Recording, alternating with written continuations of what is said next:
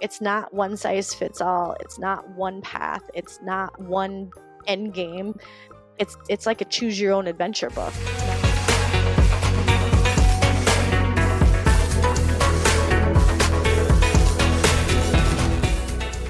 Hi Lindsay, thank you so much for the interview today. I met Lindsay at AI CPA Engage conference in June 2023, and she's just amazing. And I was like, can you please on my interview podcast? And she just very happy to accept my invitation, and now she is today. So Lindsay, can you just introduce me a bit about yourself?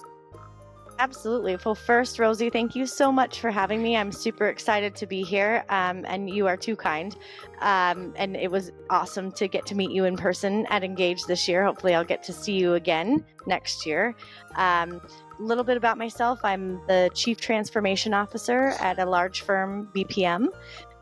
Primarily West Coast footprint, but we have staff and colleagues all over the globe, which is pretty exciting. And I have a wonderful husband and 3 fantastic boys. 3 boys? Oh my gosh, how old are they? My oldest is 22, and my middle son is 20, and my littlest is 10. So we're just doing it all over again. Wow, you must be a very busy mom. I'm just wondering at the very beginning, before you become a very busy mom and a famous accountant, how did you end up with accounting major in college? Well, I did things backwards. So it was actually after I was a mom. So I found out I was pregnant when I was 18 years old. And so I thought that I was going to be this Broadway musical star and maybe a cardiologist. And I was going to do both of those at the same time because that seemed totally reasonable to 18-year-old me. And then I found out that I was going to be a mom first. And so I thought maybe those 2 careers weren't really conducive to also being a mother at the same time. So I took a year off. I had my son right before I turned 19, took a year off, didn't really know what to do with myself, and decided that I probably better at least get educated. So I applied to community college. And so I started my journey there and was taking night classes because I worked full time because I had a kid to support now. So I was trying to juggle all that. And one of the community college classes just to get your regular AA degree was Accounting 101, and that was taught by an incredible professor who was working in the industry during the day and teaching at night. And he said, maybe you should look into this as a possibility. There's a lot of flexibility and you seem to get it. And I said, I don't know, numbers are pretty boring. I don't know if this is what I really want to do. So I got through my AA degree and I ended up going to Gonzaga University for to finish my bachelor's, and met some just really great professors there that continued to nurture that desire to have an impact and sort of changed my mindset around accounting. But it really did start out as being able to be flexible and be a mom, but also have a career where it could grow and develop. So yeah, it was accidental and stumbled upon. I definitely not a Kimberly Ellison Taylor story where from a kid I wanted to become a CPA. That was definitely not me. But in my older life as a mom, I thought this was probably the career that would allow me to do both and still grow professionally. So that's where I landed. It must be very challenging when you had a little boy and then went to college at the same time. How did you balance that, and how long did it take you to finish college? So I mentioned I took a year off, so I started a year later than my normal cohort that I graduated with from high school. And I am very lucky to have an incredible mom who was really, really supportive and helped me out a lot of weekends spent at my mom's house doing homework while she watched my kiddos. I had my second son when I was 21, and I was in my first year of my bachelor's degree. So I'd gotten my AA out of the way, and then I decided to add another kid because, why shouldn't it be harder than it already was? And so just between family support and a lot of professors, I will say, for any of you that are looking at private universities, I was really nervous about going to Gonzaga because it's a private Jesuit school, and I was a young unwed mother and probably didn't fit the protocol for the typical student, and actually brought my son was 2 months old when classes started, my second son, and I brought him to school with me quite often, and they were amazing. I had a finance professor that would hold my son while he gave lectures. I had team members that would rock my son while we were working on projects and I needed to be the one typing or doing the PowerPoint. I just had a lot of awesome community support in trying to get through that time. And so, yeah, it was a challenge. I worked full time too, so it was definitely a challenge to manage things. But you just sort of set priorities and you keep moving towards your target, and eventually it just kind of works out. So I graduated in time. I graduated in 4 years, but it was technically 5 years after I graduated from high school because I took a year off. So I was able to get it done and get through it. Oh my God, you have 2 little boys, and then you work full-time, and then you went to college full-time, and you still graduate in 4 years because it doesn't count as 5 years, you took 1 year off. That's amazing. It was crazy. It was crazy. I will tell you that now in my second adult life, I often, when I get really busy or stressed out, I'll think, okay, this is nothing, right? It was so much harder back then. This is nothing. I'm fine. I have time. We're okay. So from that perspective, it actually has been really great as I've gone on professionally to put things in perspective. That was much harder to do than anything I'm doing now, for sure. Wow. So when you were in college, you said you work full-time. Did you work in an accounting position at that time, or you work in different positions? Yeah, I was really lucky. So when I was doing my associate's degree, it was definitely not accounting. I think I worked at Hollywood Video for a year, which was actually super fun, but definitely not in accounting. And then my ex-mother-in-law from my first husband, so my mother-in-law there is an accountant, and she said, hey, I think there's a CPA firm that maybe would be willing to hire if you wanted to talk to them. And it was a small firm, 2 CPAs that were both sole proprietors, but they shared the same space. One of them shockingly agreed to hire me in my first year of my bachelor's degree work, and was amazing and really worked around my schedule, my class schedule. So sometimes I would go to class in the morning, come and work, go back to class, come back and work. And they were just super, super supportive. So I did get the luxury of being able to work in accounting before I actually had my accounting degree, which really helped me understand what I was getting into. It was small tax practice, and I didn't know the difference between a debit and a credit when I started there.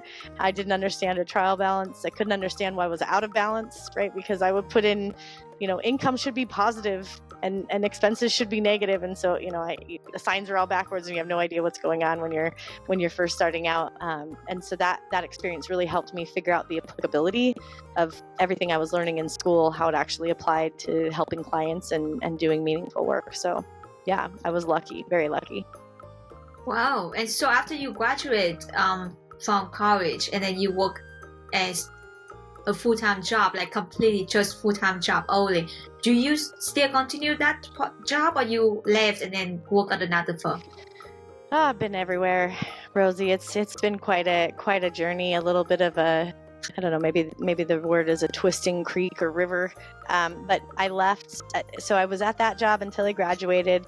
And then, when you go through, I'm sure any number of your audience will know, as you get to your junior year in your accounting degree, there's this whole recruiting craze, right? So you have all these firms and all these businesses that are looking for their next accountants, and they come to the university campus and they interview all these students, and pretty soon you have offers coming in and you're trying to figure out what you're going to do with your life.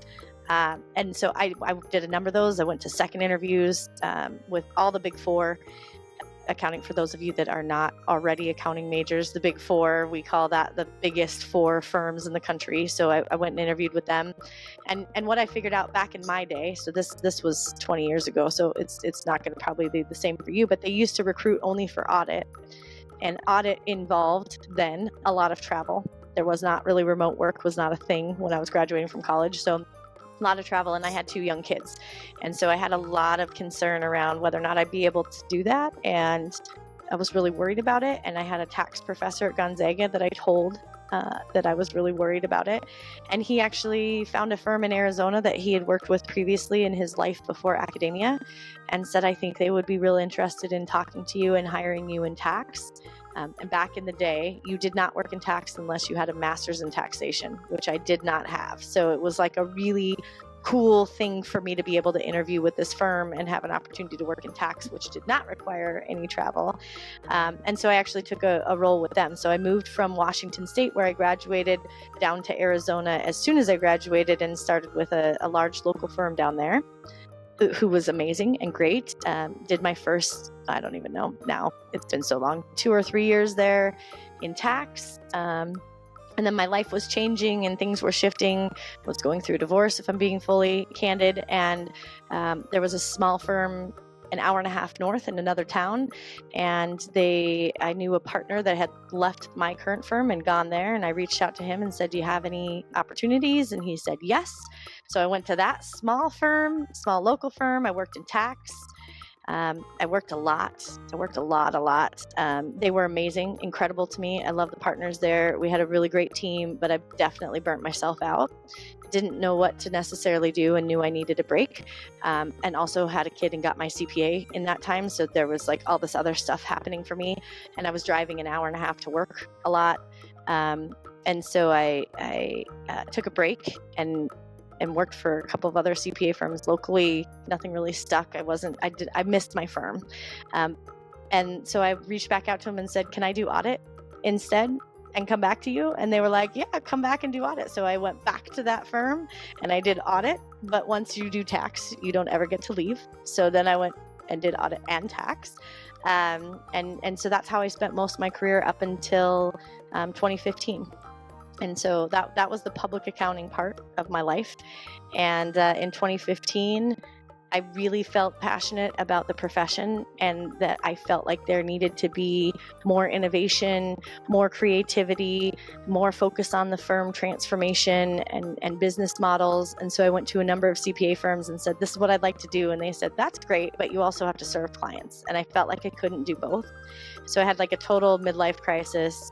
Told my husband that I didn't know where I fit in the accounting profession because I didn't think I fit in compliance work anymore. So I left the profession and I left public accounting and I went to banking and we moved to South Dakota. So all changes all at the same time. Came to bank, knew nothing about banking, but I was a CPA.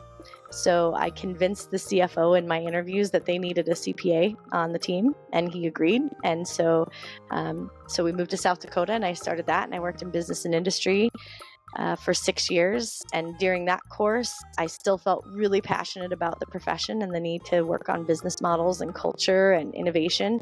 So I started my own consulting practice on the side and started working with CPA firms on things around culture and implicit bias and purpose alignment.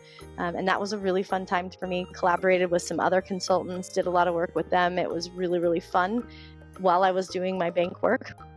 And 2 years ago, the CEO of my current firm is also a really good friend and have known him for 5 or 6 years. He's a mentor. We were having conversations and he said, would you come back into public accounting? Would you come to a firm? And I said, no, well, this is my dream job. And he was like, oh, I think we can do that. And so collaborated with him and the leadership at the firm, and they developed a job role called Chief Transformation Officer. And here I am. So it was a windy, twisty trail to get to where I am now, still working in the profession, but in the way that I wanted to 7 years ago. So it took me 7 years to get from compliance to what I wanted to do, but we got there. Wow, it's such a journey. Yeah, yep. It's a long, windy one. So you mentioned that CPA exam. When did you study for CPA exam, and did you have any problems studying and passing it? Oh my gosh, yeah. So I can't even tell you now. I haven't kept track of how many times I took it. I'm trying to think of like years of when this would have happened, but I started it as soon as I graduated from college, or maybe a couple of years after. Passed 2, they lapsed, then passed 3, then they lapsed. And then I started the journey again, and I got pregnant with my third son. And so I told my husband, I said, oh gosh, if I don't finish this before this kid is born, I'm not sure I'm ever going to get my license. So I was in my last section. I took it the day that my first section would expire if I didn't pass. And I was 8 months pregnant and puking in a garbage can, like during the test. So it was so traumatic. I'll remember it for the rest of my life. But, the CPA gods were smiling upon me, and I was able to pass the exam. So I got licensed after a lot of tries and fails. So how long from the first time you took it and failed it to the time that you passed all 4 sections? So I probably started taking it in 2008, and I passed the exams in 2012. So a little over 4 years, and then got my license at the beginning of 2013. Yeah. What keep you motivated in those 4 years to not give up? I think part of it is just knowing that I could do it. I just, life gets in the way. So for the people that, log into your show and watch these videos and listen to the podcast, life is messy and it is really hard. Stuff comes up that you don't plan for, and we hold ourselves to this crazy standard to always figure it out and get through it and deliver on what we said we were going to do, which are important things and they're lofty goals. But the reality is that life is hard and messy, and when it happens, you just have to be okay with that and then stand back up and try again. And I think that was kind of the thought process, was just I really wanted to be a CPA. That was a really big deal to me, and to go through all the work to get my accounting degree and to work in public accounting for all those years, and go through kids and divorce and remarriage and all the stuff that was happening in my life. It just felt like I really wanted to be able to say, I did this. And it was okay if it took me 5 years, because I could still say I did this. And I'll tell you, other than podcasts and videos, no one professionally ever asks me, how long did it take you to get your CPA? They just say, oh, you're a CPA? So I feel like it was worth it to just keep pushing, keep going. I think firms now, when I was younger in the profession, I think firms didn't offer as many opportunities to support new CPAs in their endeavors. I think more firms now create space for studying, help make sure that you have access to good materials, give you time off to sit for the exams. I think they set you up for success much more than it used to be, which is really exciting to see within the profession. So it's really just that drive to, like, you did all this hard work. You've done so much. You're so smart. You just gotta push until you get there. You'll get there. Wow, Lindsay, you went through a lot of challenges in your life, not just in career, but also in your personal life as well. It's just our curiosity. Are there any moments that you feel like this is too much and you just want to sit down and cry and then just have to and push yourself up again? Can you share with us those moments? Oh my gosh. I mean, there's so many. Realistically, I think the biggest thing is finding the opportunities to be realistic with yourself. Sometimes we set goals for ourselves that really need to change as we grow and develop, and so recognizing that is really hard. So I will share with you when COVID hit, right? So I was at the bank and I was doing my consulting thing on the side, and I was really pre-COVID thinking about full consulting, taking the leap, really going all in on that, and getting out there, because I got a ton of energy from it. I felt like the needle was moving with the firms I was working for, and that was really exciting. And then COVID hit, right? And everybody stopped traveling, and we moved to like a virtual delivery platform. And full disclosure, it was not as fulfilling for me. I didn't love the virtual delivery. Was it possible? Yes. Could we be successful? Of course. Did I get the same energy that I was getting when I was in person and really connecting with people? I wasn't. And so then I had a straight breakdown. I reached out to some people in the industry that people might know, so I don't want to name them because they were so kind to me, but and really just cried my eyes out. And the problem that I was having was that I had set this goal that I was going to go out on my own, and I was really going to make waves in the profession. And I was worried that the people that knew that was my aspiration, if I didn't deliver, would be disappointed, and that somehow that would make me a failure. And I struggled with that a lot, not knowing like what I was going to do with myself and how I was going to move past that. So I think the biggest lesson learned from that was, one, sitting in those emotions and being okay with it. Like, it's okay to feel really crummy and to be like, I'm disappointed and I'm frustrated and I'm not sure what to do next. That was important to go through that. And then the second is having people that are your sort of board of trustees, the people that you can really connect with and be like, I'm struggling. This is hard. Where do I move from here? This is how I'm feeling. What would you do if you were me? And that trust that you have in them and the belief they have in you is really what pushes you, to kind of pull your head up and say, okay, wipe the tears away. Life isn't going down the tubes. I have opportunities. I can do really fun things. So what would that look like? And I've been blessed to have some of the most incredible people in the profession as people that I can reach out to and get their insights and their support. And that really made a difference. You mentioned about making wave in the profession. I can feel your passion to make some change in this accounting profession. It's not just only your job, it's your career, it's your passion. Why it's so strong in you? Because at the beginning you mentioned before in college, you did not plan to go in with accounting at the very beginning, and then over time, all of a sudden you're just so passionate about that. What something about accounting that changed you so much? What is that?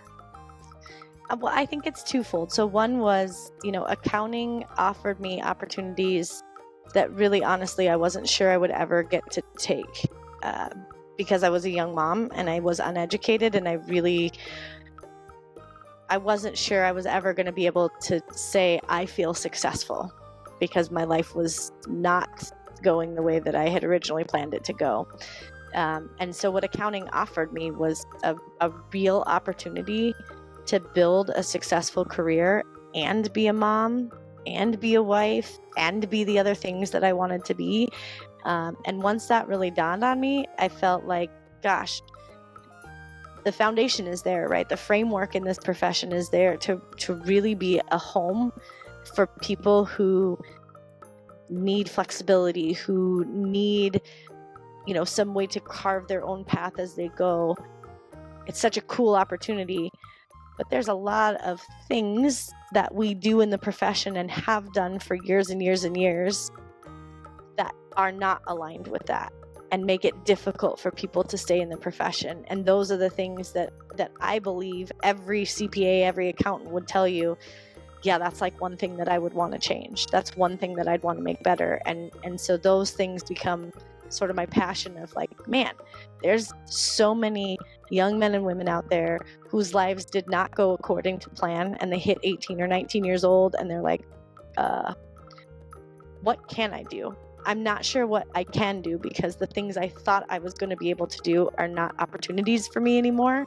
And accounting can do that. Like, it can meet those people in that place and say, hey, there's a lot of options here. It's not one size fits all. It's not one path. It's not one end game. It's like a choose your own adventure book. And maybe you're probably too young for this, but there used to be these books that you would open, right? And you would read through to a certain page, and then you get to choose. It would say, if you want to jump off this bridge, go to page 10. If you want to climb down the ravine, go to page 32. And you would keep reading the story that way, and every time you read it would be different based on the choices that you made. That's what I see the accounting profession as. Like, it is this choose your own adventure book that you really can't ever go wrong. You're just on a new adventure path. So it's really cool. So it gets me excited, obviously. Yes, I can tell you're so excited. And talking about ventures, I know it's one thing that when you work in public, you work in tax at the beginning because you do not want to travel, and then all of a sudden you want to change your venture to go to audit, and then it requires a lot of traveling. What made you change? I mean, I think part of it was the challenge. I felt like with tax, at least for me at that point in time, I didn't feel like I was learning enough fast enough. Like there wasn't any more. I mean, there's always something to learn in tax. Do not get me wrong. I'm sure anyone who watches this will be like, are you crazy? Tax law changes every day. But back then I felt kind of like stuck. I was just doing the same stuff over and over again. And I knew I wanted to stay in public accounting. And so I thought, well, I've never done an audit. I should maybe learn how to do audit. And I mean, I learned it in school, but never actually applied it to anything. So that was part of it. The other part was by that point in time, even, so I'm trying to think, this would have been, 2010, 11, 12, like somewhere in there. Even back then, we were starting to shift to a more virtual hybrid type environment. So there were still times to be out on audit engagements and to have to travel, but there were also a lot of opportunities to be working remotely and still, be with the team and be able to communicate with the team. The ability to connect virtually was shifting at that point in time. So I still traveled, but I don't think I traveled as much as I would have 10 years before that, in audit. So it was the opportunity piece. And then the other part was I thought I could make it work with our life. So I'm the one who changed from audit to tax. And I was in audit. I was in private first for several years, and then I was in audit, and I didn't feel like I was satisfied with the learning speed. I feel like I want to learn more, and audit doesn't seem to make me feel satisfied with that learning speed. So I moved to tax, and I really like it. And so I think I disagree with you. That's okay. That's okay. I mean, I think that just exemplifies exactly what we were just talking about with the choose your own adventure, right? Like you could choose at any point, hey, I'm not feeling satisfied with this for whatever reason, right? It's always a personal thing, but for whatever reason. And then there's 15 different opportunities that you could pick from to shift and refocus, and you're still in the profession and you're still an accountant and you're still a CPA. Like that is so cool. I don't know that there's a whole lot of professions out there where you can be that far down the career path and say, I'd like to try this thing over here without having to go back to school or without having to justify that you're completely changing your career trajectory. It's almost like assumed that we're going to shift gears at some point as an accountant, and it's like nurtured, which is really cool. I absolutely agree with you about that. And I feel like it doesn't matter where you work in accounting, it's always support your career in the future. Like I was in private, it support me when I changed to audit because I was auditing private work that I worked on before. So I knew what I was looking for, what I was searching for. And then when I changed from audit to tax, my audit skills actually very helpful for me to do tax because I can just pretty much audit my own work to make sure that I don't skip like some small mistake, something like that. So it doesn't matter where you go in accounting professions, it's always help you for the future long run in your career.